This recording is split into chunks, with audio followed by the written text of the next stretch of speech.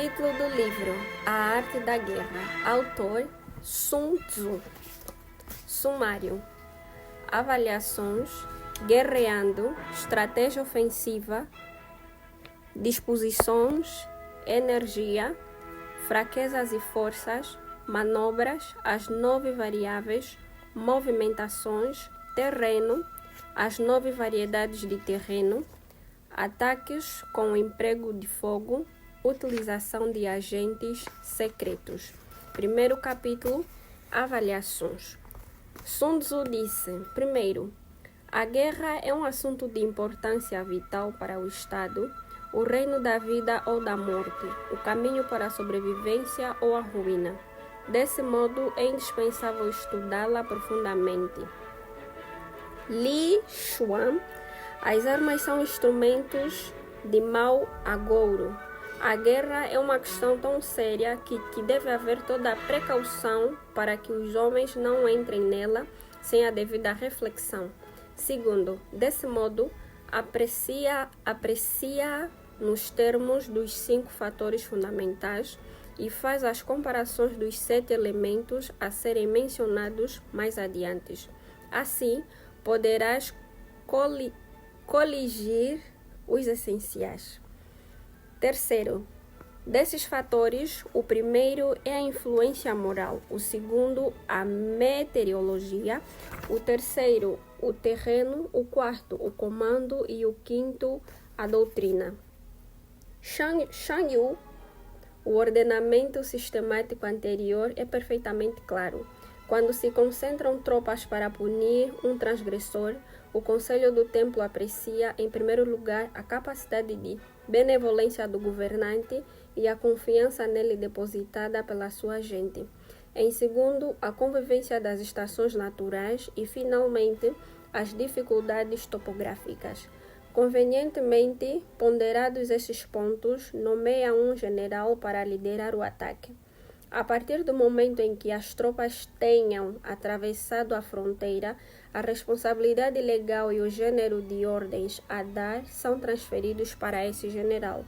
Quarto, por influência moral, quero dizer aquilo que provoca harmonia entre o povo e os seus dirigentes, tornando-o capaz de o levar a segui-lo, sem medo dos perigos fatais para a vida e para a morte.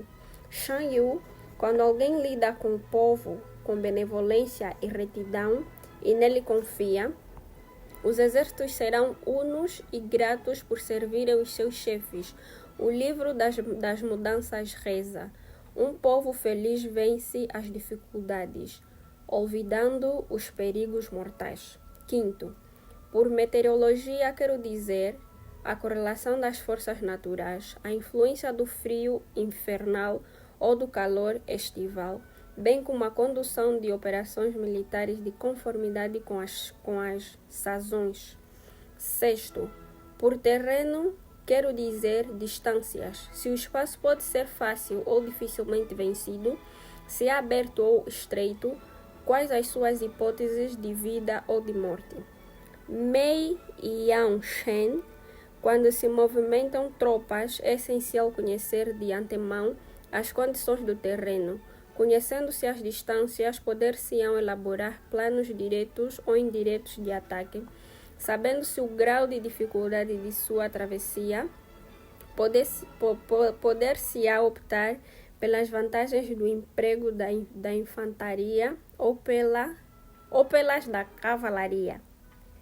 A ciência de que é aberto ou estreito permite a decisão quanto ao tamanho da força mais apropriada. A compreensão do local onde a batalha vai ser travada indicará onde se devem concentrar ou subdividir as forças. Sétimo, por comando quero dizer os atributos do general quanto à sabedoria, sinceridade, humanidade, coragem e exigência. Li Xuan: essas são as 5 virtudes do general. É devido a elas que o exército o conhece por o responsável. Tu Mun: se for sábio, o comandante será capaz de reconhecer a alteração das circunstâncias e com rapidez reagir a elas. Se for sincero, os seus homens acreditarão nas suas recompensas e nos seus castigos. Se for humano, amará a humanidade, simpatizará com outros e saberá apreciar-lhes o engenho e o esforço. Se for corajoso, alcançará a vitória agarrando-se às oportunidades sem hesitação. Se for exigente, as suas tropas serão disciplinadas, respeitando e temendo-lhe as punições. Chen Pao-su afirmou: se um general não for corajoso, será incapaz de afastar dúvidas e hundir grandes planos. 8º. Por doutrina quero dizer organização, controle, atribuição correta dos postos de comando, ordenação das vias de abastecimento e fornecimento do necessário às suas tropas. 9. Não há general que não tenha ouvido falar desses 5 pontos. Aqueles que os dominam são vencedores. Aqueles que não os conseguem são vencidos. Portanto, ao estabelecer-se um plano, apreciem-se os seguintes elementos, sopesando-os com o maior dos cuidados. 11. Se me disserem qual o governante que possui influência moral, qual o mais hábil dos comandantes, qual dos exércitos retira mais vantagem das forças naturais e do terreno, quais os regulamentos e as instruções que melhor são executados, quais são as tropas mais robustas.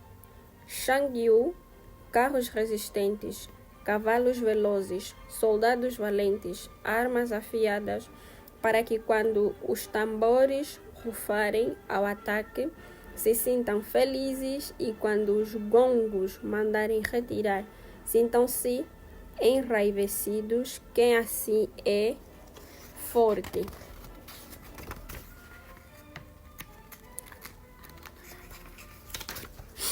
12. Qual tem os oficiais e soldados mais bem preparados?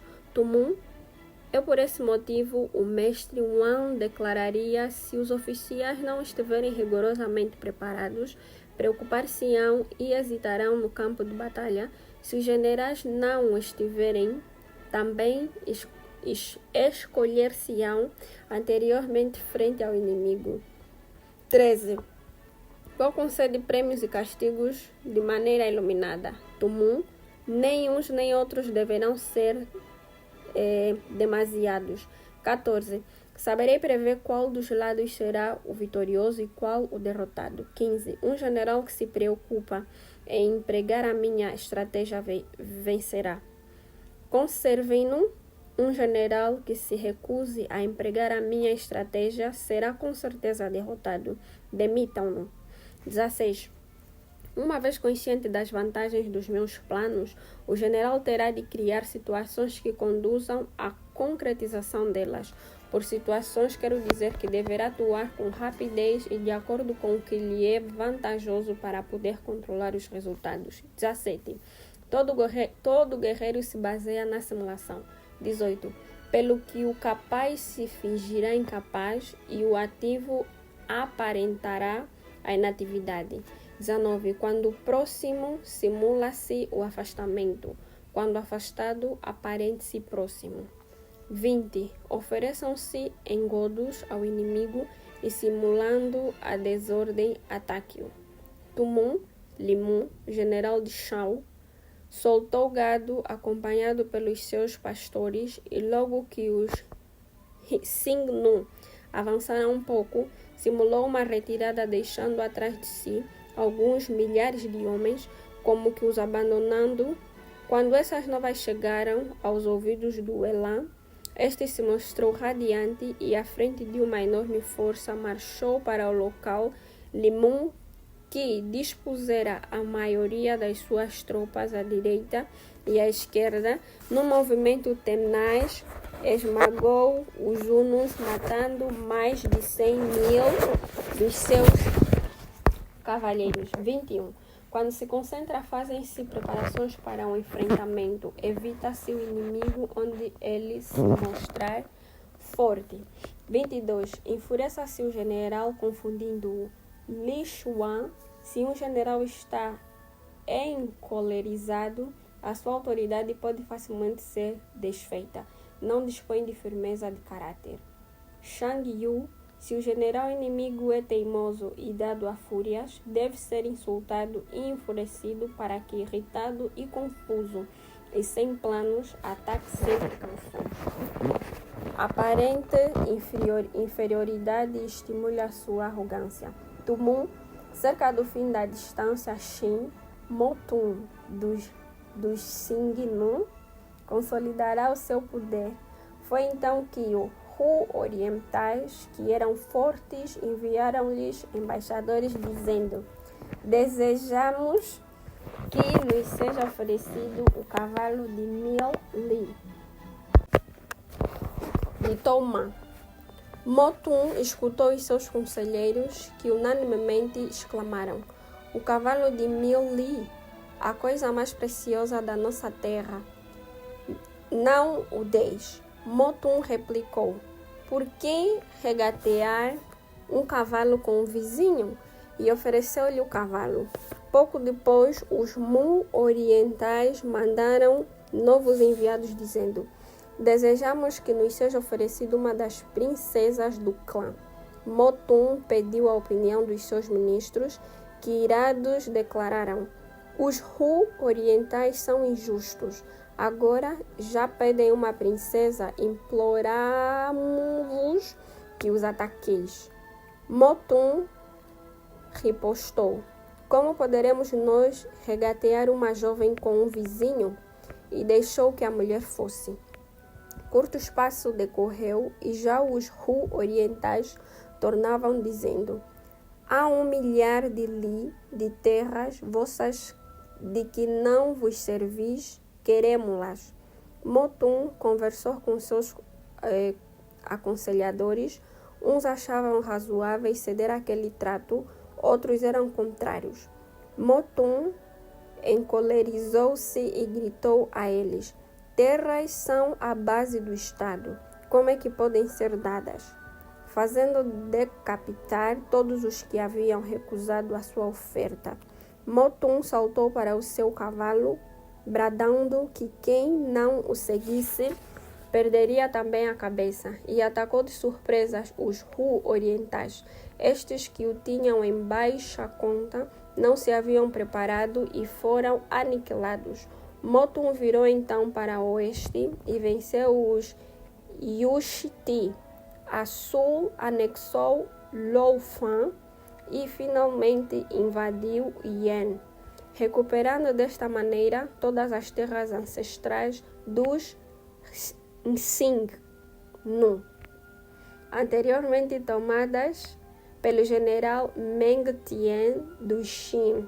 Xian Hao, deem-se rapazinhos e mulheres ao inimigo para o desvairar, e jade e sedas para excitar as suas ambições. 24. Mantenham-se-no sob tensão e cansem-no. Li Xuan, quando o inimigo descansa, cansem-nos.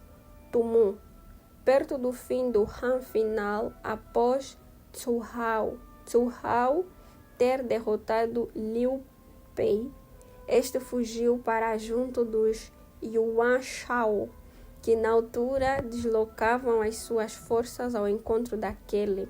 Tian Fang, um dos oficiais do Estado-Maior dos Yuan Shao, avisou Ao é hábil na motivação das suas tropas. Não devemos ir ao seu encontro descuidadamente. Nada será melhor do que retardar as coisas e mantê-lo à distância. O meu general deveria se o entender, estabelecer fortificações ao longo das montanhas e dos rios e conservar as 4 prefeituras. Fazer no exterior alianças poderosas e no interior prosseguir com a política agropecuária. Mais tarde, selecionaria elementos de sua escolha e constituiria unidades de primeira categoria. Aproveitando-se dos pontos nos quais eles menos preparados se vieram a mostrar, far-se-ão surpresas constantes, assolando e perturbando as áreas ao sul do rio. Quando vierem apoio da direita, atacaremos-lhe à esquerda Quando socorrer à esquerda, atacaremos-lhe à direita. Esgotemo-lo, fazendo-o constantemente andar de um lado para o outro. Se recusardes essa estratégia vitoriosa e optardes por tudo, arriscar numa só batalha, será já tarde para remorsos. Yuan Shao não seguiu essas sugestões e foi irremediavelmente vencido. 25. Quando o inimigo estiver unido, divida-o. Shan Yu, em alguns casos, criai a dúvida entre o soberano e os seus ministros. Noutros, separai-o dos seus aliados. Fazei que, suspeitando uns dos outros, se vão afastando e possais contra eles conspirar. 26. Atacai-o onde não estiver preparado. Executai as vossas investidas somente quando não vos esperar. Ho Yanxi Li Xing, dos Tang, apresentou 10 planos a serem utilizados contra Xiao Xian, tendo-lhe sido confiado o comando geral de todos os exércitos. No 8º mês, agrupou as suas forças em Kuei-shou, sendo a estação das cheias outorais, com as águas do Yansequiang a transbordar das margens e as estradas ao longo das 3 gargantas perigosas. Xiao Xian tinha certeza de que Li Xing não avançaria contra si, pelo que não procedeu a qualquer preparação. No 9º mês, Li Xing assumiu o comando das suas tropas e se dirigiu a eles assim: nada há de maior importância na guerra do que a rapidez fora do comum. Estamos concentrados aqui e Xiao Xin ainda o desconhece. Aproveitando-nos do fato de o rio estar cheio, aparecemos inesperadamente junto das muralhas da sua capital. Tal como se costuma dizer, quando o trovão ribomba, não há tempo para se taparem os ouvidos, pelo que mesmo que nos venham a descobrir, já não disporá de tempo para estudar as suas defesas e nós o venceremos. Prosseguiu para Hiling e em Xiao Xian, sentindo os primeiros tremores, pediu reforço ao sul do rio, a que todavia não chegaram a tempo. Li Xing assediou a cidade e Xian teve de se render. Atacai-o onde não estiver preparado. Corresponde ao que sucedeu quando, quase no seu fim, a dinastia Wei ordenou aos generais Chung Hui e Teng Ai que atacassem Shu no inverno. No 10º mês, Ai deixou Yun Ping e marchou mais de 700 li ao longo de territórios desabitados, rompendo o caminho através das montanhas e construindo pontes penseis. As montanhas eram altas e os vales profundos, tornando toda a obra muito difícil e perigosa. As tropas, quase sem mantimentos, aproximavam-se celeremente da exaustão. Teng Ai envolvia-se em tapetes de veludo e deixava-se rolar pelas vertentes abaixo, e os generais e oficiais subiam-nas agarrando-se aos ramos das árvores. Escalando os precipícios como fiadas de peixes, o exército ia avançando. Teng Ai surgiu primeiro a Xiangyu, em Shu, e Ma Mou, o general encarregado da sua defesa, rendeu-se. Teng Ai decapitou Shu Qishan, que lhe resistira em Mienshu, e prosseguiu sob Shen Tu, o rei de Shu. Li Shan submeteu-se-lhe. 27. São estas as chaves da estratégia para a vitória. Não tem qualquer discussão possível. Mei Yaoshen, quando confrontado pelo inimigo, respondeu-lhe: alterando as circunstâncias e servindo-se de expedientes, como terão estes discussão possível? 28.